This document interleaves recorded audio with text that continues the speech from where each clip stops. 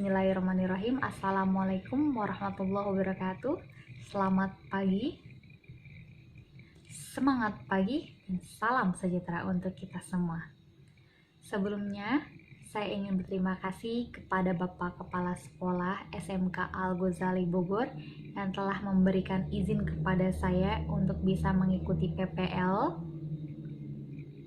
di SMK Al-Ghazali Bogor. Dan terima kasih juga kepada Bapak Teguh selaku guru BK yang telah menghubungkan saya dengan siswa-siswi SMK Al-Ghazali Bogor, khususnya siswa-siswi TKJ. Dan terima kasih juga kepada Ananda semua, putra-putri Ibu yang Ibu sayangi. Ibu sangat bersyukur bisa bertemu dengan Ananda semua pada pagi hari ini. Meskipun di tengah wabah ini kita tidak bisa bertemu secara offline, melainkan hanya bisa secara online, tapi semoga suatu saat nanti kita bisa bertemu secara offline ya. Iya, bener banget. Semoga virus corona bisa segera hilang dan Indonesia bisa aman kembali. Amin. Oke, di sini ada yang tidak hadir. Oh, siapa namanya? Siapa? Banyak banget ya. Ada berapa? 5. Dito, Gugun, Adel, Nina, sama Dio. Oke. Kenapa Dito sama Gugun kena COVID?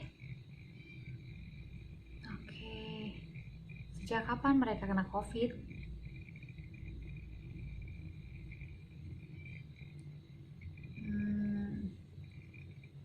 Teman-teman semua sudah pada mendoakan belum? Oke, baik, kita sekarang mendoakan ya. Sekalian kita berdoa dulu sebelum melakukan kegiatan pada pagi hari ini ya. Ananda semua, kita berdoa untuk kesembuhan teman-teman yang sedang sakit, dan kita berdoa semoga seluruh, bukan cuma teman-teman ya, tapi seluruh warga Indonesia atau warga dunia semoga sehat selalu, semoga wabah ini segera berlalu.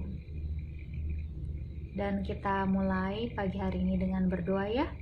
Al-Fatihah dan doa sebelum belajar. Dimulai.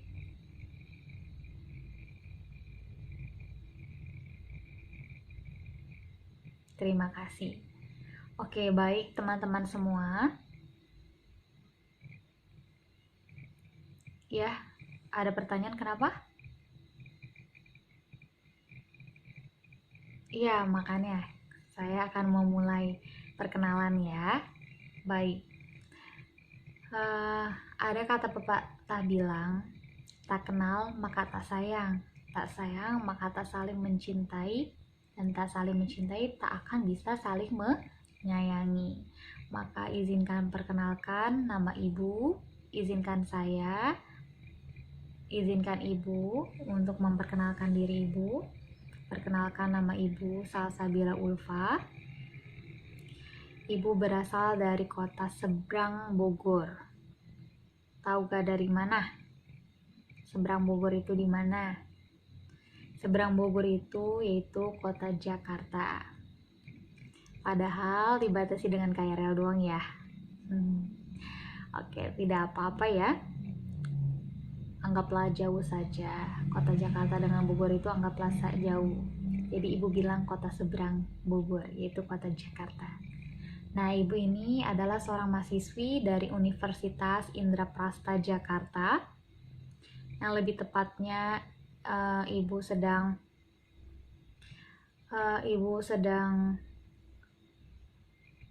menjalani mata perkuliahan terakhir Ibu di semester akhir Ibu, yaitu yaitu semester terakhir di mata kuliah PPL.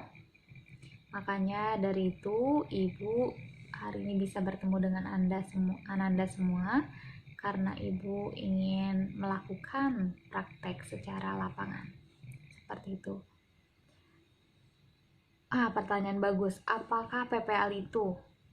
PPL adalah kepanjangan dari program praktik pengalaman lapangan yang mana sama saja seperti PKL. Kalau di SMK namanya PKL, sedangkan kalau di perkuliahan itu namanya PPL, seperti itu.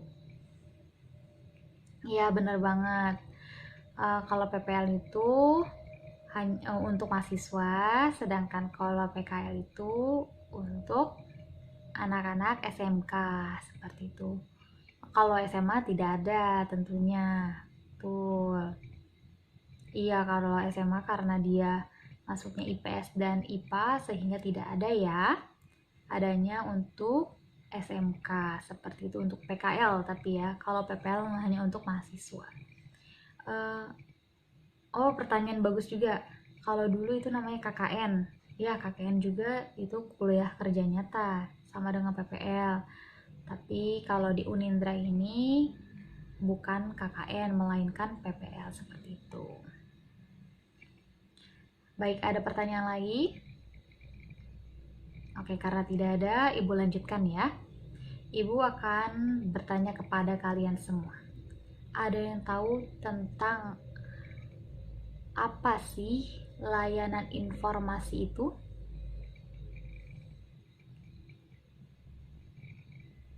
Baik. Oke, bagus banget. Bagus banget. Siapa itu namanya? Yang tadi dijawab. Oke, Zerina. Zerina pintar banget. Iya, benar banget Zerina. Nah, Ibu perjelas ya. Layanan informasi menurut Yusuf Gunawan adalah layanan yang membantu siswa untuk membuat keputusan bebas dan bijaksana seperti itu. Nah, kalau layanan informasi ini biasanya diawali dengan sebuah pembukaan ya. Kayak misalnya sebelum melakukan instruksi lainnya pasti ada informasi-informasi khusus. Nah, itulah disebut namanya layanan informasi. Kayak misalnya di pusat perbelanjaan. Di pusat perbelanjaan ada namanya layanan informasi ya kan untuk menginformasikan panggilan-panggilan, misalnya kalau untuk di pusat perbelanjaan nih ya, kalau untuk di pusat perbelanjaan itu misalnya ada anak hilang, dikabarin lewat layanan pusat informasi. Tapi kalau di sini layanan informasi ini memberikan kejelasan utama dulu untuk inti dari yang akan kita bahas seperti itu. Oke, ada yang ingin bertanya lagi? Tidak ada. Kalau tidak ada maka Ibu lanjutkan ya. Di sini Ibu akan membahas tentang topik perencanaan karir dan masa depan. Bagi kalian, menurut kalian atau bagi kalian, apa sih yang dimaksud dengan perencanaan karir dan masa depan? Apakah penting untuk kita bahas sekarang? Pintar banget. Oke, lagi-lagi Zerina pintar ya. Masya Allah pintar banget Zerina, makasih Ananda Zerina telah menjawab pertanyaan dari Ibu. Perencanaan karir dan masa depan itu perencanaan karir untuk masa depan itu sangat bagus sekali untuk kita siapkan sedini mungkin sedari sekarang agar suatu hari jika kita ingin mempunyai pekerjaan tetap, mempunyai pekerjaan mapan, kita mempunyai perencanaan yang sangat matang seperti itu. Seperti halnya seorang dokter. Seorang dokter tidak bisa menjadi seorang dokter yang handal dan hebat jika tidak belajar.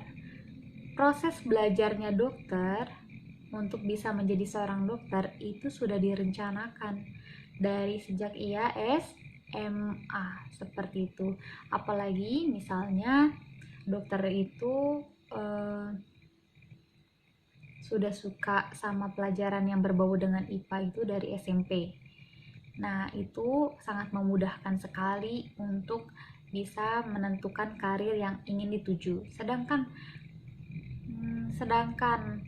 Bu, gimana kalau misalnya karir yang gimana kalau misalnya kita belum bisa menentukan karir yang kita ingin tuju?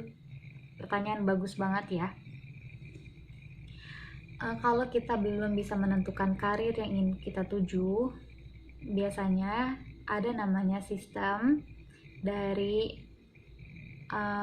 BK, itu namanya sistem perencanaan karir, yang mana kita bisa mengetahui karir mana nih yang cocok untuk kita terapkan. Nah, Ibu tadi sudah kirim di situ. Di situ ada namanya DCM. Ibu udah kirim di Google Classroom ya. Di Google Classroom Ibu udah kirim materi DCM-nya. Nanti tinggal kalian isi. Nanti habis kalian isi baru Ibu bisa nyusun dari angketnya ya. Angketnya juga Ibu udah kirim ya. Dari sana nanti Ibu tinggal teliti apa aja permasalahan karir yang kalian akan hadapi atau apa gitu. Oke? Ada pertanyaan? Oke, Ibu berikan waktu dulu 5 menit untuk kalian mengisi. Dimulai dari sekarang ya. DCM yang mana? Oke, nih Ibu punya DCM-nya kayak gini nih. DCM. Tuh, ini DCM ini dikhususkan untuk siswa. Kalau untuk yang Ibu pegang ini untuk siswa-siswi SMK ya. Untuk SMP ada dan SMA juga ada. Tapi kalau misalnya DCM yang Ibu pegang ini khusus untuk SMK, seperti itu. Oke, baik. Sudah diisi semua ya.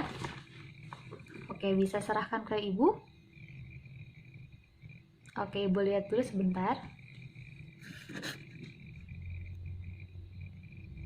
Oke, dari permasalahan yang kalian hadapi ini, Ibu sudah mengambil titik poinnya. Tapi sebelum Ibu bahas, Ibu di sini akan menjelaskan tentang asas yang mana Ibu terima kasih kepada kalian karena kalian telah melaksanakan asas dari asas kegiatan. Kalian semua sudah bisa melakukan kegiatan ini dengan baik dan kalian semua sudah bisa berpartisipasi melakukan kegiatan ini secara ikhlas ya, dan kalian juga sudah melakukan asas keterbukaan yang mana kalian bisa berbagi kepada Ibu apa permasalahan apa yang kalian hadapi, dan kalian juga sudah melakukan asas kesukarelaan, yang mana asas kesukarelaan ini kalian sudah jalani, yaitu kalian sudah bisa mengikuti kelas online bersama Ibu merupakan dari asas kesukarelaan. Dan asas kenormatifan, jika ada hal-hal yang kalian anggap privasi dan ada hal-hal yang kalian rasa itu akan melenceng, itu akan ada kenormatifan yang mana ada norma-norma berlaku di dalamnya. Dan asas kerahasiaan, insya Allah apa yang Ananda ceritakan, Ananda berikan kepada Ibu akan merahasiakan dan Ibu tidak akan memberikan informasi yang Anda berikan tersebut kepada yang lainnya, seperti itu. Jadi Ananda tidak usah ragu, Ananda tidak usah takut, dan Ananda tidak usah merasa curiga dengan kegiatan yang telah dilakukan di pagi hari ini, karena insya Allah ini atas dasar rahasia, karena sifatnya rahasia Ibu pun bisa menjaganya, seperti itu. Selanjutnya di sini Ibu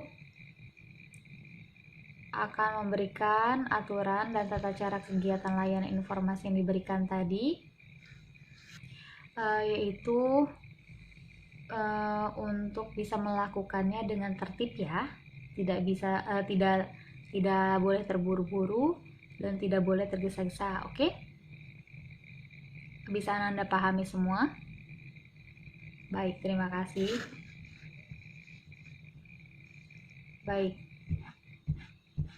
Sekarang Ibu akan menjelaskan tentang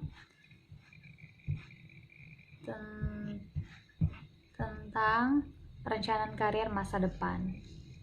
Perencanaan karir di masa depan dapat dipahami yaitu karir serta memiliki sifat positif dan meraih kesuksesan di masa depan, yang mana banyak apersepsi mengingat betapa pentingnya karir dalam menentukan kebahagiaan hidup kita, maka menjadi penting bagi kita untuk merencanakan karir di masa depan agar karir kita bisa menjadi sumber kebahagiaan dalam hidup kita. Seperti itu. Karir juga bisa memenuhi kebutuhan seseorang untuk mengaktualisasikan diri dalam karirnya. Orang bisa mengaktualisasikan kemampuannya, apresiasi, ide-ide, dan demikian maka orang bisa mencapai masa depan yang lebih bahagia dari sebelumnya. Seperti itu. Ada yang ingin bertanya sampai sini? Baik, pinter banget. Pertanyaan apa? Oke. Namanya siapa? Sheila. Oke, kenapa Sheila? Oke, baik. Kata Sheila, apakah karir merupakan suatu kondisi yang menunjukkan adanya peningkatan status kepegawaian seseorang dalam suatu organisasi sesuai dengan jalur karir? Ya, jawabannya maka adalah ya, karena jalur karir sudah ditetapkan sebagai organisasi seperti itu. Iya, benar banget. Karir adalah semua pekerjaan atau jabatan yang dipegang selama masa kerja seseorang. Karir menunjukkan perkembangan para karyawan secara individual dalam suatu jenjang atau kepangkatan yang dapat dicapai selama masa kerjanya dalam suatu organisasi seperti itu. Banyak banget karir di Indonesia, bukan di Indonesia saja. Banyak juga karir di luar negeri. Pertanyaan bagus. Apakah TKW itu termasuk dari karir? Jawabannya maka adalah ya. TKW merupakan adalah jalur karir tersingkat. Kenapa tersingkat? Karena tidak direncanakan secara matang seperti itu.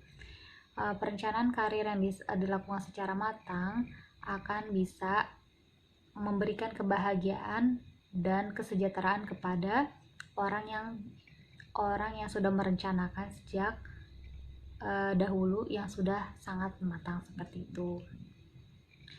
Karir menunjukkan perkembangan para karyawan secara individual dalam suatu jenjang atau kepangkatan yang dapat dicapai selama masa kerjanya dalam suatu organisasi.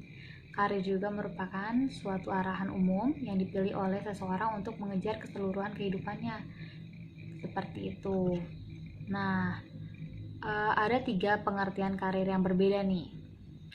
Karir yang pertama, karir sebagai suatu rangkaian promosi jabatan atau mutasi ke jabatan yang lebih tinggi dalam jenjang hierarki yang dialami oleh seseorang tenaga kerja selama masa kerjanya. Kedua, karir sebagai suatu petunjuk pekerjaan yang memiliki gambaran atau pola pengembangan yang jelas dan sistematis. Ketiga, karir sebagai suatu sejarah kedudukan seseorang, suatu rangkaian pekerjaan atau posisi yang pernah dipegang seseorang selama masa kerjanya. Jadi, oleh karena itu, pengertian yang terakhir ini sangat luas dan umum ya. Karena setiap orang pasti mempunyai sejarah pekerjaan yang berbeda-beda, dan bukan berarti setiap orang pasti tidak mempunyai karir. Pasti semua orang mempunyai karir, cuman tergantung dari orang tersebut ingin menggapainya atau tidak, seperti itu. Selanjutnya, perencanaan karir. Suatu perencanaan karir tentang kemungkinan-kemungkinan bagi seorang karyawan dan anggota suatu organisasi sebagai individu untuk meniti proses kenaikan pangkat dan jabatan. Misalnya ya, pengalaman dari ibu pribadi, yang ibu rasakan yaitu ada seseorang yang jabatannya tadinya hanya seorang satpam, naik lama-lama jadi ketua satpam, terus naik lagi jadi karyawan. Itu merupakan jenjang karir yang sangat bagus. Itu merupakan jenjang karir yang sangat terencana. Kenapa demikian? Karena diawali dari proses nol, dari proses bawah, sehingga ketika mencapai atas, karir tersebut akan menjadi matang, seperti itu. Selanjutnya, perencanaan karir tidak harus dikonsentrasikan hanya pada peluang kenaikan jabatan saja. Jika memang pada lingkungan kerja saat ini peluang tersebut sangat terbatas, maka adakanlah atau bukalah lembaran karir atau peluang karir, seperti misalnya buka rumah makan, akan meluangkan atau membuka jalan untuk orang untuk bekerja. Selanjutnya, misalnya membuka toko juga, ya kan? Jadi ada orang yang bekerja sebagai kasirnya dan lain-lain, itu juga termasuk dari karir ya. Oke, ada yang ingin bertanya? Oke, Ovan, kenapa? Apakah di SMA itu juga ada karir? Oke, kalau di SMA itu tidak ada namanya jenjang. Sebenarnya ada jenjang karir, tapi tidak bisa diarahkan seperti SMK. Kalau SMK kan sudah ada jalurnya. Misalnya kalian ini kan anak TKJ, otomatis ketika nanti kalian sudah keluar dari sekolah TKJ, kalian bisa langsung bekerja atau menggali potensi kalian dengan berkarir, seperti itu. Tapi sedangkan kalau anak SMA rata-rata kurang ada yang langsung bekerja, tapi kebanyakan rata-ratanya itu yang ibu pernah lihat, karir untuk anak SMA itu sangat minim, seperti itu. Karena rata-rata orang itu pengennya lulusan SMK ataupun sekarang yaitu S1, seperti itu. Selanjutnya boleh ibu terusin dulu. Oke, baik. Alasan mengadakan perencanaan karir.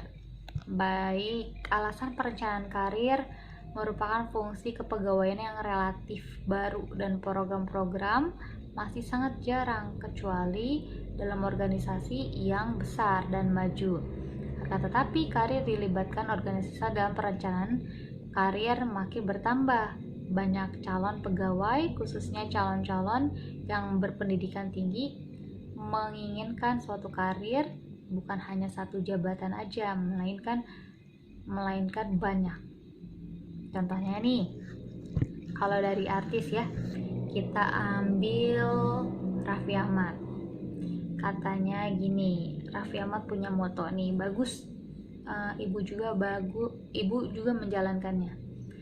Jadi kata Raffi Ahmad, kalau kita pengen jadi orang sukses, kita harus berani capek. Kalau orang capek, insya Allah akan sukses. Tapi kalau orang yang tidak akan berani capek, maka kesuksesannya itu hanya tingkat berapa persen dari sekian. Seperti itu, karena rata-rata orang yang tidak berkarir, hanya mengandalkan misalnya seperti warisan ataupun misalnya uang dari misalnya pendapatan kontrakan dan lain-lain, seperti itu. Selanjutnya, karakteristik dan kriteria pengelolaan karir dirancang berdasarkan pengembangan struktur organisasi, sebab jalur karir ditentukan berdasarkan rentang struktur tersebut. Nah, ada syarat untuk duduk pada posisi tertentu atau pada posisi karir tertentu, kalian harus banyak giat belajar, mengurangi permainan, meskipun sekarang lagi online kan, kebanyakan kalian pasti pada megangnya atau membawanya itu adalah HP. Jadi nggak lain dari handphone, kalian akan lupa segalanya, seperti itu kan. Nah, seharusnya kalian memanfaatkan dari handphone tersebut, kalian memanfaatkan untuk bisa berkarir yang lebih maju dengan cara kalian membuka wawasan kalian dengan men-searching apa aja nih yang bagus untuk karir kalian di masa depan, seperti itu. Next ya, mengapa perencanaan karir itu penting? Jadi perencanaan karir itu kenapa penting ya? Karena pertama, ada kesempatan untuk melakukan sesuatu hal yang membuat Anda merasa senang. Selanjutnya, kesempatan untuk mencapai sesuatu yang berharga. Selanjutnya, kesempatan untuk mempelajari hal-hal baru. Dan yang terakhir, kesempatan untuk mengembangkan kecakapan dan kemampuan Anda yang Anda miliki. Seperti itu. Next, apa sih manfaat perencanaan karir itu? Manfaat perencanaan karir itu yaitu mengembangkan para karyawan yang dapat dipromosikan. Yang dapat dipromosikan tuh misalnya kayak seorang influencer. Kemarin lagi-lagi Raffi Ahmad membuka hal terobosan baru nih, yaitu membuka namanya The Influencer. Nah, The Influencer itu mencetuskan seseorang untuk bisa berkarir, seperti itu. Terus The Influencer ini mencetuskan seseorang harus bisa maju 2 langkah dari sebelumnya, seperti itu. Nggak bisa, dan kalau misalnya kita belum bisa menjadi The Influencer atau belum bisa terpilih dari The Influencer, kalian itu bisa tumbuhlah, berkembang, seperti itu. Selanjutnya, menurunkan perputaran karyawan. Jadi menurunkan itu, misalnya karyawan ini sudah bagus di tempat yang ini, yang A misalnya, tapi yang tempat B kan belum ada yang menempati, sehingga yang pengisi yang A ini menempati yang B, seperti itu. Nah, kalau misalnya seperti hal itu, sama saja tidak bisa menerapkan potensi karyawan yang baik, seperti itu. Itu hanya menjatuhkan rasa percaya diri seseorang, seperti itu. Jadi kita harus menurunkan perputaran karyawan dulu untuk bisa menetapkan sesuatu pekerjaan tetap dari perputaran karyawan yang dimaksud pertama itu. Kedua, mendorong pertumbuhan yang mana? Yang baik untuk di masyarakat, seperti itu. Next, keberhasilan karir dipengaruhi oleh pendidikan formal dan informal. Kedua, pengalaman kerja dan keterampilan. Ketiga, sikap atasan. Keempat, prestasi dan produktivitas kerja. Kelima, bobot pekerjaan. Dan keenam, lowongan jabatan, seperti itu. Next, langkah-langkah apa saja sih yang dapat dalam merencanakan karir? Pertama, mengembangkan rencana. Kalian tidak bisa hanya mempunyai satu rencana, tapi kalian harus bisa mempunyai cabang-cabang rencana agar kalian bisa dapat melangkah lebih maju dalam merencanakan karir atau menggapai suatu karir tersebut. Selanjutnya, tinjaulah bakat atau kemampuan serta minat yang kalian miliki. Seperti misalnya kalian bisa menjahit, Jangan salah, kalian nggak boleh malu kalian menjadi seorang penjahit, karena seorang penjahit itu bisa jadi menjadi seorang yang penjahit andal atau sukses atau yang dicari-cari oleh orang. Jadi tinjaulah bakat atau kemampuan serta minat yang kalian miliki. Misalnya kalian tadi yang Bulfa bilang, Ananda semua mempunyai misalnya potensi untuk bisa menjahit. Ananda semua tekunin jahitan itu agar Ananda semua bisa berkarir di masa depan dengan baik seperti itu.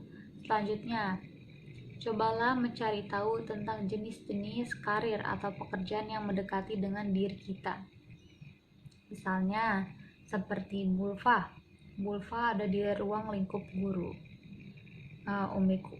Umi Bulfa itu adalah seorang guru. Ayah Bulfa itu adalah seorang pekerja yang mengandalkan guru. Dan lingkup Bulfa juga adalah seorang guru, sehingga Bulfa mendekati dengan diri dan Bulfa yakin bahwa Bulfa bisa menjadi seorang guru seperti itu. Selanjutnya, bandingkanlah keterampilan dan minat yang kita miliki dengan jenis karir atau pelajaran yang kita akan pilih. Karena dengan itu kita akan mudah memilih karir apa yang cocok untuk kita.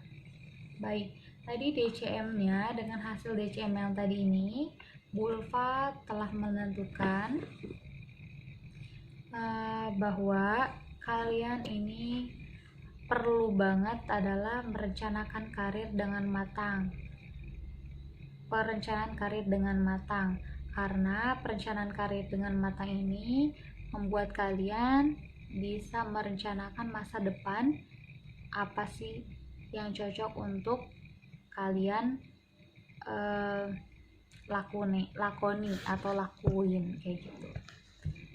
Next, langkah-langkah dalam merencanakan karir. Pertama, kembangkanlah tujuan karir Ananda semua. Kedua, mengikuti pendidikan dan pelatihan. Ketiga, hal penting yang tidak boleh dilewatkan adalah masalah keuangan. Kita mungkin akan berpikir mengenai sumber-sumber dan besarnya uang yang kita butuh untuk mewujudkan karir kita. Oleh karena itu, kita perlu adanya menabung atau menyisihkan uang jajan kita untuk bisa merencanakan karir yang kita pilih seperti itu. Next, cobalah minta nasihat dari beberapa sumber yang Anda dapat membantu memberikan penjelasan dan arahan mengenai karir atau pekerjaan tersebut. Next,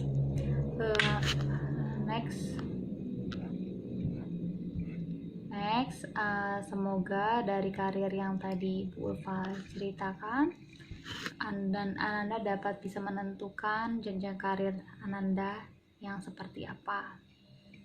Misalnya Ananda ingin menjadi seorang dokter, lagi-lagi Ananda harus belajar, Ananda harus memperbanyak ilmu wawasan, dan Ananda yang terakhir, Ananda harus banyak menabung. Selanjutnya, jika keahlian Ananda juga hanya bisa menjadi seorang pekerja misalnya pekerja pelataran itu misalnya seperti tukang rumput atau apa yang mengandalkan keahliannya itu ya tidak bermasalah, itu juga karir, tapi karir yang tidak mencapai untuk masa depan seperti itu, hanya stuck di situ saja seperti itu. Ada yang ingin bertanya? Ibu persilakan yang ingin bertanya. Baik, terima kasih banyak sudah mengikuti kegiatan hari ini. Ya, oke. Tadi karena mungkin penjelasan Ibu terlalu panjang ya, maka kita ice breaking lagi ya. Tadi gimana? Goyang, mantap. goyang, mantap. Goyang, mantap. Oke, terima kasih. Oke, wabillahi taufik wal hidayah. Wassalamualaikum warahmatullahi wabarakatuh. Sampai jumpa lagi. Mohon maaf ya jika Bu Ulfa ada salah kata kepada Ananda semua, dan mohon maaf jika Bu Ulfa telah meminjam waktunya lama. Terima kasih kepada Ananda semua. Semoga Ananda semua tetap semangat, tetap bersyukur, dan tetap bisa menjalankan aktivitas lainnya dengan baik. Oke, terima kasih. Sampai jumpa.